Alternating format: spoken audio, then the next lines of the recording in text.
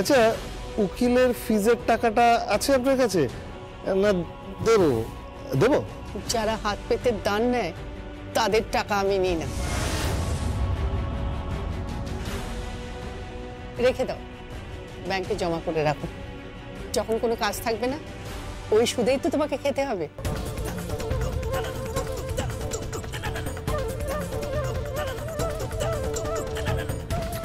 আয় স্যার।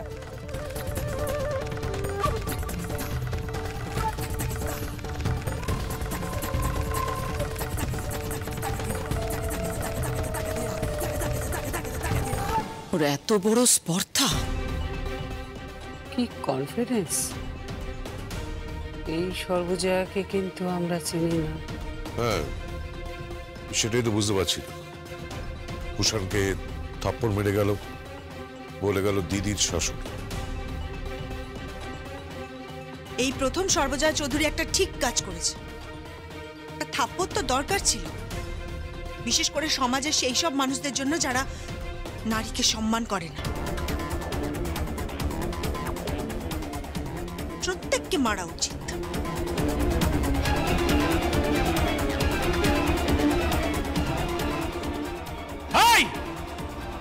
তোমাকে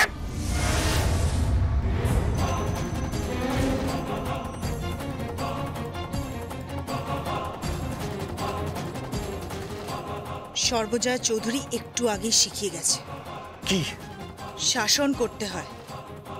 তবে শাসন না হলেও প্রতিবাদ কিন্তু আমি করতেই পারি। Behave yourself mister Rajib.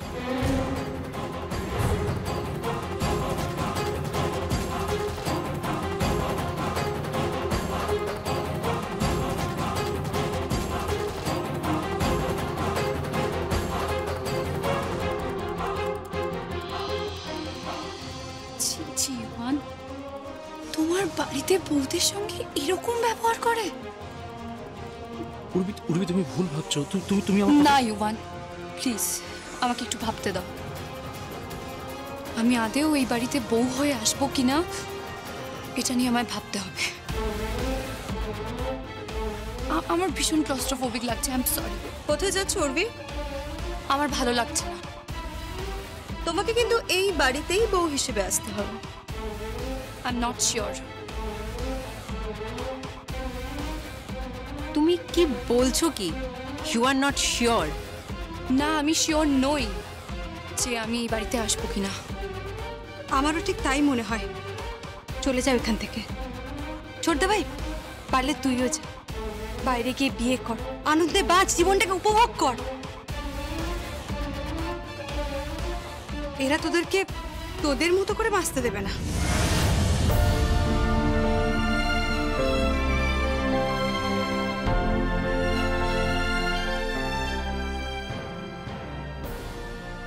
চলে গেল। যাই হোক, আর সর্বজয়া চৌধুরী মানে হিমা আমাদের সবাইকে অসাধারণ একটা শিক্ষা দিয়ে গেল।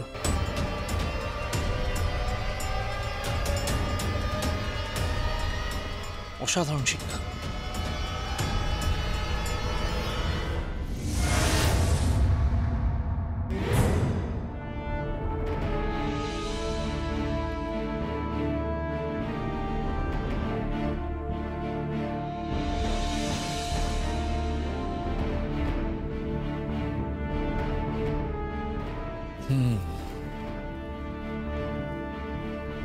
সবই বুঝতে পেরেছি ম্যাডাম, এবং এই কেসের গুরুত্ব কতটা সেটাও আমি বুঝতে পেরেছি। না হলে আপনি নিজে উজিয়ে এখানে এসছেন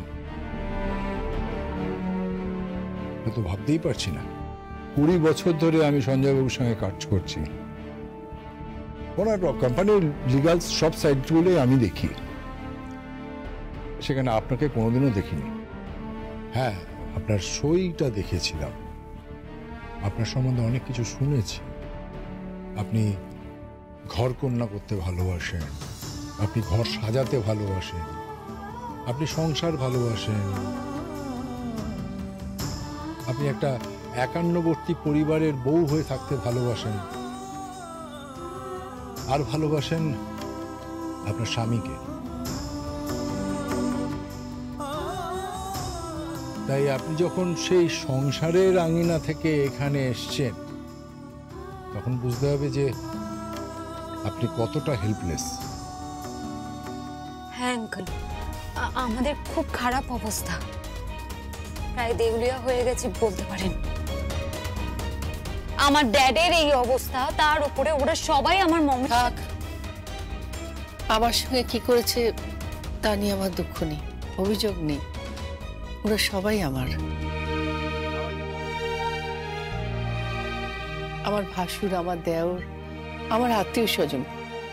আমার শুধু অভিযোগ আমার স্বামীর সঙ্গে যা হয়েছে তা নিয়ে। বিশ্বাস করুন, আমি শুধু এই লড়াইটা জিততে চাই, আর কিচ্ছু না। আমি একান্নবর্তী পরিবার নিয়ে থাকতে চাই, ওই ছোট ঘরের কোণ নিয়ে থাকতে চাই, আমি সংসার নিয়ে থাকতে চাই। শুধু ওদের বোঝানোর দরকার যে আমার স্বামীর সঙ্গে যা হয়েছে সেটা অন্যায়। আপনি ভাববেন না ম্যাডাম, আমি এই কেস জিতে দেখাবো। আজ অব্দি আমি মাত্র দুটো ছাড়া আর কোনো কেস হারিনি। হ্যাঁ, আমি জানি যে এই কেসটা খুবই ডিফিকাল্ট এবং এটা নিয়ে বাজারে খুবই গুঞ্জন চলছে এবং এর পেছনে অনেক বড় বড় মাথারা আছে। তবে এটা ঠিক, আমি এটা আপনাদের জিতে দেখাবই এবং তার জন্য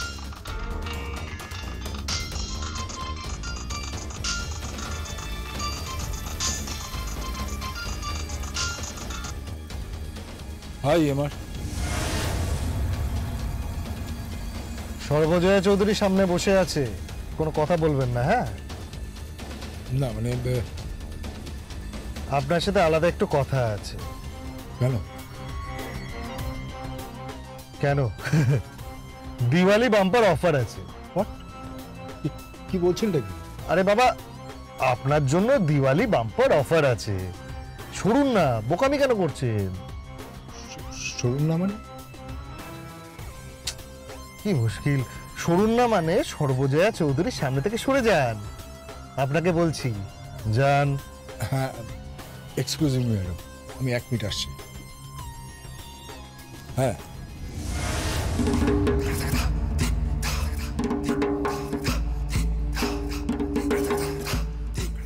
কি হয়েছে মম? আর মানে মনসিজ রায়। কিছু বললে মম? হ্যাঁ? না,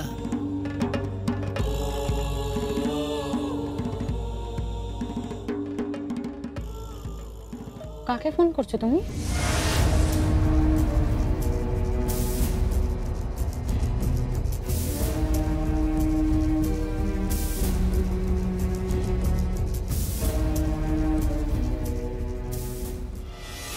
কি বলছেনটা কি? সর্বজয়া চৌধুরী যে কেসটা আপনাকে দিচ্ছেন আপনি দেবেন, ঠিক আছে? নিয়েই আদালত চত্বরে ওকে এমন নাকে দড়ি দিয়ে ঘোরান যাতে শুকতলাক হয়ে যায়। আর গৌতম চৌধুরী, কুষাণ চৌধুরী আর আমার সঙ্গে লড়াই করার সাহস না দেখাতে পারে। The number you have dialed is currently busy. Please try again later.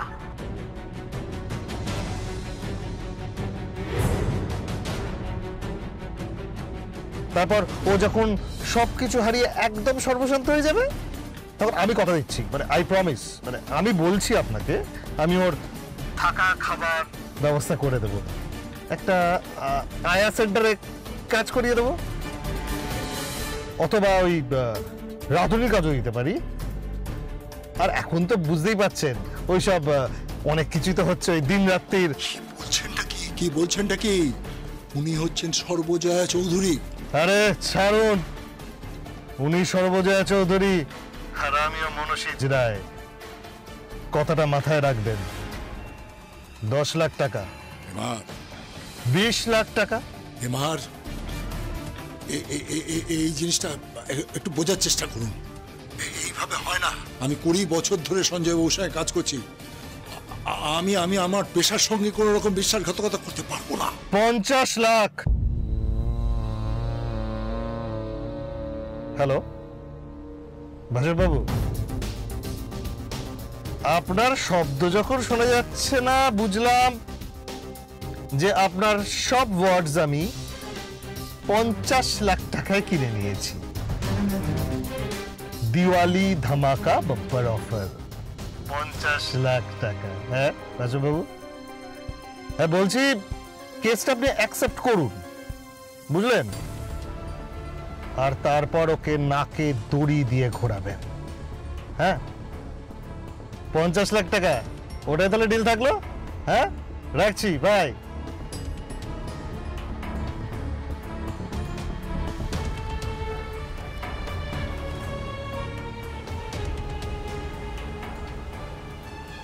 Sorry, একটু লেট হয়ে গেল, একটা জরুরি ফোন কল এসেছিল, আসলে আমার একটা ক্লায়েন্টের ফোন, বুঝতেই তো পারছেন। হ্যাঁ, তো যেটা বলছিলাম,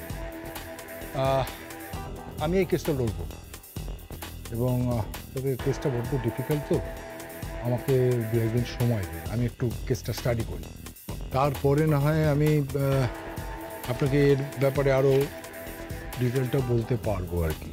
মনস্বীজ রায় ফোন করেছিল?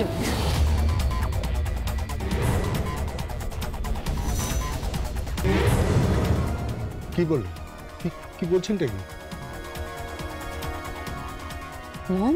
মনস্বীজ রায় ফোন করেছিল। MR।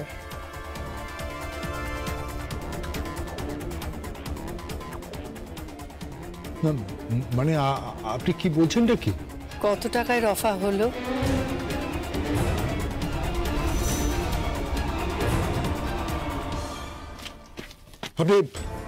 আপনি কি বলতে চাইছেনটা কি? আপনি কি আমাকে সন্দেহ করছেন? কে মনস্বীজ রায়? কে এমআরটা? কে? কত টাকায় রফা হলো তার মানেটা কি? কি বলতে চাইছেন আপনি? দেখুন, আপনি কিন্তু মনস্বীজ রায়ের প্রসঙ্গ তুলতে পারেন না। পারি। আপনি যে শেষ কলটা রিসিভ করলেন সেটা আমায় একটু দেখান।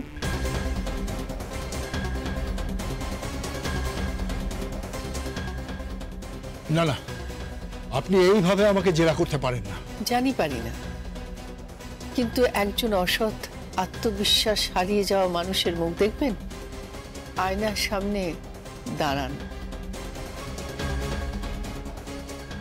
টাকায় বিক্রি হয়ে গেছে। আচ্ছা, আপনারা বাড়ির বউদের কি ভাবেন বলুন তো? সংসার চালাই 10টা লোককে নিয়ে, 10টা লোক 10টা মানসিকতা। বাড়ির কাজের লোক থেকে দিন রাতের কাজের লোক, পেপারওয়ালা, মাছওয়ালা, দুধওয়ালা, সবজিওয়ালা, মাসকাবারি বাজার কেনা সবটা আমরাই করি। আপনি ভাববেন না যে ওকালতি পাশ করেছেন বলে, ব্যবসা করছেন বলে কোনো হাতি মেরেছেন। আপনাদের থেকে অনেক বেশি মানুষ আমরা চিনি। তারপর মহিলা, ষষ্ঠ ইন্দ্রিয়, দেবী ত্রিনয়নী এমনি এমনি দেওয়া হয়নি। আপনারা কিন্তু ভুল করছেন। ম্যাডাম প্লিজ, আমার কথাটা একবার। কোনো কথা নেই, চোখের সামনে একটা বিক্রি হওয়া মানুষকে দেখতে পাচ্ছি। আমার কেস আপনাকে লড়তে হবে না। ম্যাডাম, আপনি কিন্তু ভীষণ থাক। মনস্বীজ রায় আপনাকে টাকা দিল, আর আপনি 20 বছরের বিশ্বস্ততা, আমার স্বামীর কোম্পানির সঙ্গে আপনার সম্পর্ক বিক্রি করে দিলেন।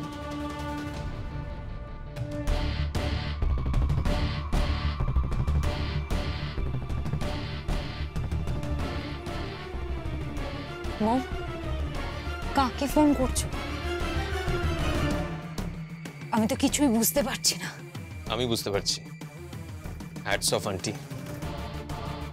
আন্টি নয়, জয়া পিসি বলবি।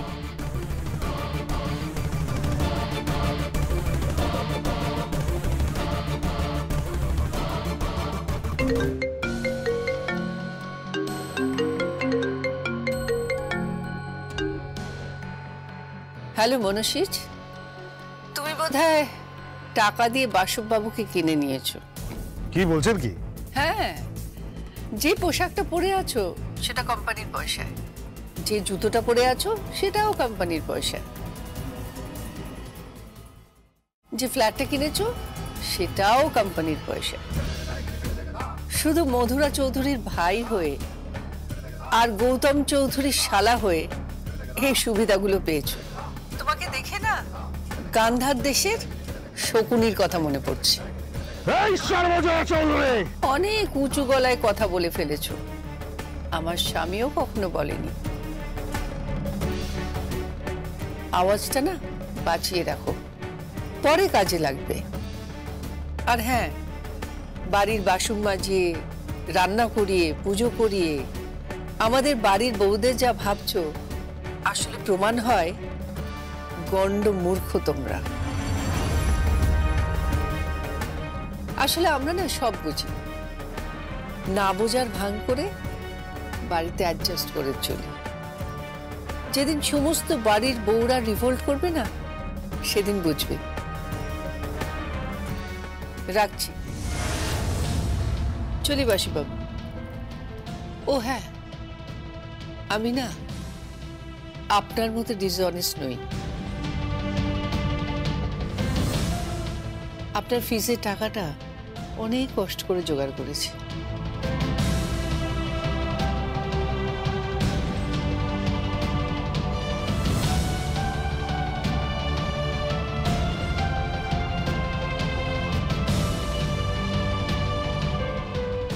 দিয়ে গেলাম 5,000 টাকা।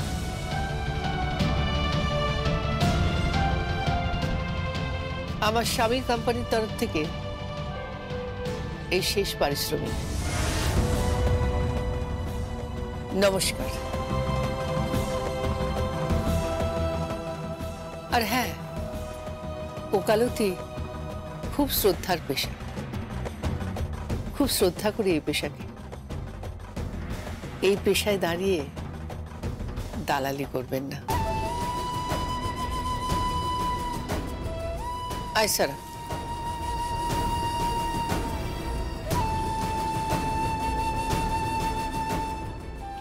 মম শোনো। জয়াপিসি, কি?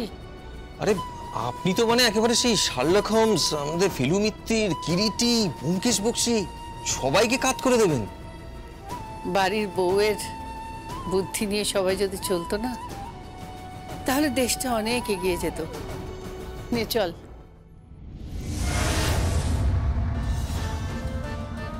ডেঞ্জারাস মহিলা। এ তো সঞ্জয় চৌধুরীর একেবারে ভাব। আজ যদি ইনি বিজনেসে বসতেন, সবার ছুটি করে দিতেন।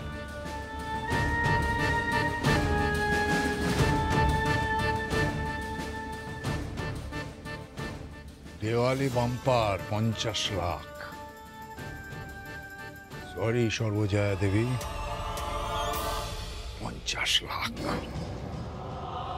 অনেক টাকা, অনেক টাকা। ছাড়তে পারবো না, সরি।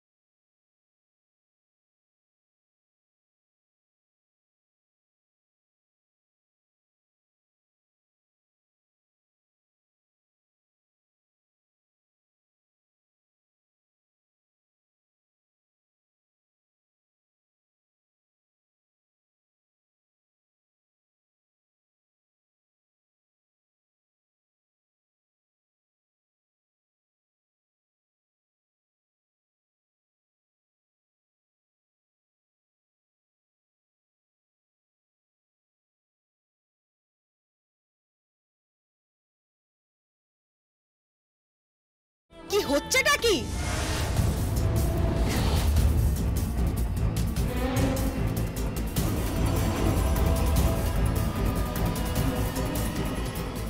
ওখানে কাকাই অসুস্থ আর এখানে এখানে এইভাবে গান বাজনা হচ্ছে। মনুষ্যত্ব বোধ কি সব চলে গেছে? গান বন্ধ করলে কি কাকাই সুস্থ হয়ে উঠবে? আরে সামনে দীপাবলি, একটা অনুষ্ঠান রয়েছে, তাই ওরা প্র্যাকটিস করছে। এমন ভাবে বলছো না যেন মনে হচ্ছে আমরা গান বন্ধ করে দিলে কাকাই সুস্থ হয়ে উঠবে। একেবারেই তাই না। আননেসেসারি তুমি সিন ক্রিয়েট করো কেন বলো তো?